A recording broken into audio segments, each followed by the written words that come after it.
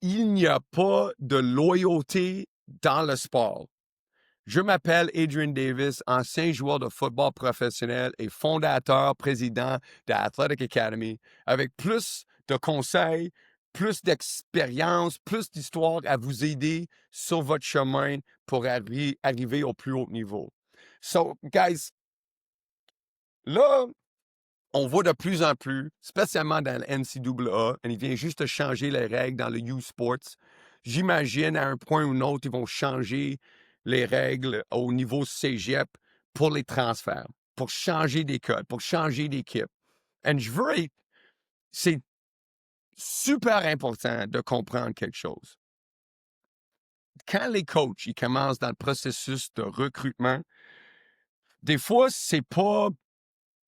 Ils pensent pas au bénéfice du joueur. Ils pensent au bénéfice de leur équipe. Il n'y a rien de mauvais, là. Je dis pas ça comme un négatif, que ça, c'est le business comme coach. Comme coach, je veux que mon équipe ait le plus de outils possible. On a le meilleur alignement. On a un roster fort avec le plus de talent possible pour jouer dans notre système. Mais qu'est-ce qui arrive souvent? C'est les coachs qui veulent recruter du monde juste pour qu'ils n'aillent pas pour une autre équipe. Et ils utilisent certaines tactiques pour vous influencer, pour que vous venez à leur école. Quand vous arrivez là, c'est pas qu'est-ce que tu pensais ou qu'est-ce que tu attendais, et tu es malheureux. Et souvent, quand tu rentres dans un environnement qui est pas bon de même, ça devient toxique pour toi mentalement, juste personnellement. Et j'en ai vu souvent, trop souvent, les gars qui ont juste lâché le sport à cause, ils étaient juste pas bien placés et il n'y avait pas beaucoup d'options. Mais maintenant, l'idée de changer d'équipe, ça devient beaucoup plus facile, beaucoup plus possible. Et moi, honnêtement, j'encourage ça. Je l'encourage à 100%. Moi, j'ai joué dans un era, un moment dans le sport où il n'y avait pas d'option. Si tu joues pour une équipe, ça va pas bien, tu peux aller nulle part. C'était tellement difficile. Il faut que tu attends 1 an avant de réembarquer quelque part d'autre. Tu peux pas jouer ici. Il faut que tu changes de conférence. Il faut que tu descends. Et ça, c'est pas idéal. C'est sûr, c'est pas idéal.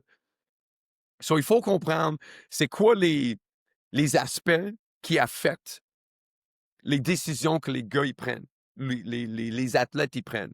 So, listen, les athlètes, ils vont souvent où il y a plus de visibilité, temps de jeu ou bourse. Qu'est-ce qui est important de savoir quand tu parles avec un coach? Une des affaires qui est le plus importante, c'est de demander hey, où je suis dans le line-up?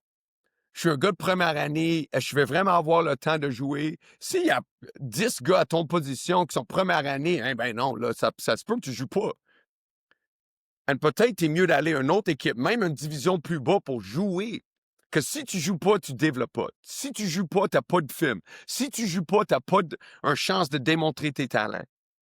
So, s'il n'y a pas une option de ça, c'est vraiment le pire des situations.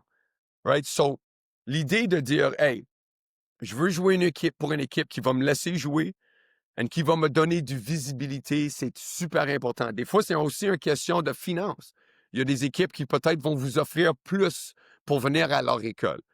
Peut-être il y a quelque chose de plus qui peut vous offrir. So, quand tu fais tes décisions, c'est pas juste basé sur si j'aime quelqu'un, si le coach est gentil, s'il vient me parler, mais c'est qui m'offre la meilleure situation pour moi-même. Et il faut, comme on dit en anglais, you have to be selfish. You have to be selfish. Et je te explique pourquoi. Quand tu arrives à ton école, ça se peut que le coach il part. On voit ça moins souvent au Canada, mais aux États-Unis, hey, le pressure, il est là. Il y a des coachs qui sont là, hey, tu signes avec eux autres l'année après, même avant que tu arrives à l'école. Ils perdent leur job, il y a un nouveau coach qui rentre, le coach, il t'aime moins. Mais tu es déjà commit à cette école. Ça arrive. So, quand tu penses à comment prendre ton décision, soyez prêt à changer ton avis instamment. Soyez prêt, parce qu'il n'y a pas de loyauté. Il y a des équipes souvent, peut-être il y a même un coach qui dit hey, moi je coach pour telle équipe, Mais là, il y a une offre pour coacher pour une équipe plus grande. Une équipe qui va me payer plus d'argent. Une équipe qui va m'offrir comme coach plus de visibilité. Guys, merci beaucoup. Ciao, je m'en vais. So, pourquoi que les athlètes, ils n'ont pas la même option? Ça me frustre tellement d'entendre du monde qui chiale, dit « Ah, il n'y a pas de loyauté. » Mais les coachs, des fois, comme quand on parle d'une université, des fois, les directeurs athlétiques, ils changent de programme. Toute la direction du programme, ils changent. Avant, tu joues un match. Et tu as une expectation que moi, je vais être loyal à ça, je vais rester. Je pense que c'est trop comme, c'est un bord plus que l'autre. C'est pas égal, ça fait aucune chance. Ça fait aucun sens, excuse-moi. Mais le changement, ça, ça change beaucoup. Des fois, ça change. Même des fois, c'est juste un changement en termes de coordinateur. Souvent, soudainement, tu joues pour une équipe qui, tu es un porteur de ballon. On te donne comme exemple. Tu es un porteur de ballon, une des meilleures porteurs de ballon. Ils ont dit, hey, tu viens ici, on va te donner le ballon 30 fois par match. Et tu peux voir, l'année passée, l'année avant, avec ton coordinateur offensif, c'est ça qu'ils ont fait. Ils ont couru le ballon et c'est pour cette raison que tu as choisi l'école. Oh, ils changent de coordinateur offensif. Il apporte quelqu'un qui va jouer un spread et ils vont courir le ballon 6 fois par match. Et ils vont lancer le ballon beaucoup. Wow. À ce point-là, il faut que tu prends une décision pour toi-même. Que tu peux pas, encore, tu peux pas montrer tes talents. Tu peux pas avoir de visibilité. Le temps, même si tu es sur le terrain, mais tu fais rien. Tu fais rien que bloquer. Oui, ça, c'est un skill qu'il faut démontrer. Mais tu ne veux pas te mettre dans une position où tu ne peux pas vraiment démontrer tes talents. Important. Si à ce moment, tu as une chance de partir, prends-le. Prends-le, je vous dis ça honnêtement, prends-le. À cause de la fenêtre pour être vraiment dominant dans ce jeu-là, il est petit. Si tu as seulement 3-4 ans pour jouer universitaire, tu ne peux pas perdre 3 ans à attendre pour avoir une chance. Peut-être, il n'y a pas d'autre option. Peut-être, il faut que tu développes comme joueur. Ça, c'est différent. Ça, c'est différent. Il faut aussi comprendre vraiment ton niveau de talent. Peut-être que tu n'es pas assez talentueux. Hey, on va être honnête pour une seconde. Là. Peut-être que tu n'es pas assez talentueux. Ça va te prendre 3 ans de développement dans le weight room, dans les entraînements, pour développer ton IQ, pour comprendre le jeu mieux, pour être capable d'embarquer sur un terrain universitaire. Ou peut-être même cégep. Peut-être le time frame est un peu plus vite, mais même idée. Mais si tu es un gars qui est prêt, et il faut vraiment être honnête dans ton évaluation. Tu es un gars qui est prêt, un gars qui peut être un facteur. Hey, ciao, je m'en vais. Même si je joue pour une équipe moins forte, mais tu vas jouer, faites-le. Que c'est ça que ça va prendre. Les gars qui sont sur le banc ne sont pas évalués. Les gars qui ne touchent pas le ballon ne sont pas évalués. You know what I mean? Dans certaines positions, il faut avoir une structure alentour de toi pour avoir du succès. Je donne un autre exemple. Que je vois ça aux États-Unis. Il y a un corps arrière qui est super bon. Lui, il y a 1 ou 2 receveurs que ça va super bien. Il joue pour telle équipe. Right? Ça va super bien. Le corps arrière dit, hey, moi, je pars. À cause j'ai bien fait, il y a des programmes plus grands, plus gros, plus de visibilité qui m'offrent quelque chose pour aller jouer pour eux. Il embarque dans le portal, comme il dit, le transfer portal, pour changer d'équipe. Hey, ces 2 receveurs, il suit. Il dit, hey, on essaie d'aller aux mêmes écoles que toi, que hey, sans toi, on n'a pas la même chimie. Sans toi, l'équipe n'est pas la même. Sans ton leadership, sans ton talent, whatever it is, on s'en va. On y va avec toi pour aller à une autre école où on va essayer. Que si je reste ici, le prochain corps arrière qui rentre, il n'est pas aussi bon, il n'est pas aussi fort. Ça arrive, des fois, ce n'est pas un coach, un système, mais c'est les joueurs qui changent d'équipe. Et ça a de l'allure pour moi. Encore, le fenêtre il est tellement petit. Si tu as la chance d'aller à une autre université, je parle juste à NCAA, parce qu'il y a de l'argent. Dans U-Sport, c'est pas les mêmes choses à considérer. Mais s'il y a quelqu'un qui va te donner l'argent, fais ton changement. Fais tes décisions. Là, il faut que tu décides. Il y a plusieurs choses qui vont affecter vos décisions. Mais si tu ne prends pas l'argent maintenant, ça se peut qu'il n'y a pas de l'argent plus tard. Et là, c'est fini. Sauf si c'est 100 000, 200, 300, des millions. On voit toutes sortes de transferts pour des millions de dollars, des centaines, des dizaines de mille de dollars. Hey, je suis pas un gars qui met l'argent avant tout. Comprends mon caractère, c'est pas money first, là. Mais tu peux être sûr, je veux que tu comprennes ça, parce que moi, je l'ai vécu. Tu peux être sûr, au niveau universitaire, au niveau professionnel, pour eux autres, c'est money first. Les coachs, ils prennent leur argent. Les directeurs athlétiques, ils prennent leur argent. Les programmes professionnels, les coachs, tout le monde prend leur argent. Si toi, tu n'as pas de même mentalité, ils vont t'abuser. Ils vont t'abuser. Il faut que tu dis non, non, non. Moi, je prends des décisions pour moi-même. Vous avez changé. Qu'est-ce que vous m'avez offert au début? Et moi, je change. Peut-être. Peut-être. Il n'y a rien qui a changé. Peut-être qu'il n'y a rien qui a changé. Mais tu dis, hey, moi, j'ai une chance de jouer pour une équipe avec plus de visibilité. Peut-être qu'il va m'offrir plus de chances d'aller professionnel. J'ai commencé avec une équipe plus petite.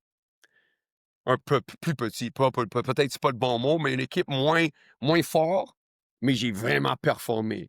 Là, les équipes Power 5, on parle encore NCAA, il veut m'offrir une chance de jouer. Hey, il va me donner l'argent pour aller jouer pour leur équipe. Ça, c'est le type d'argent qui change ta vie. Comprenez-moi. Quand tu sors d'université, tu n'as aucune dette, tu avais une bourse, tu n'as aucune dette et tu as 150 000 dans la banque, hey, tu achètes une maison, tu commences une business, tu payes pour certaines affaires. Hey, tu ne peux pas aller comme un fou acheter un char de 100 000 tu ne peux pas acheter une maison de 3 millions. Mais je te dis maintenant, tu peux commencer ta vie, tu peux vivre. Là. So, si jamais le football ne continue pas, tu es bien placé. Que statistiquement, le football ne va pas continuer ou pas pour long. So, encore, même chose, si tu arrives au pro, il faut que tu négocies le contrat qui est le meilleur pour toi.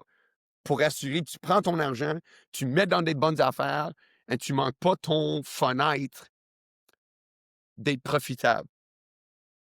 Guys, la seule chose qu'il faut vraiment considérer dans tout ça, c'est tes aspirations personnelles. Où tu veux jouer, quel niveau tu veux jouer, quelle équipe vous offre le meilleur chemin pour arriver à ces objectifs.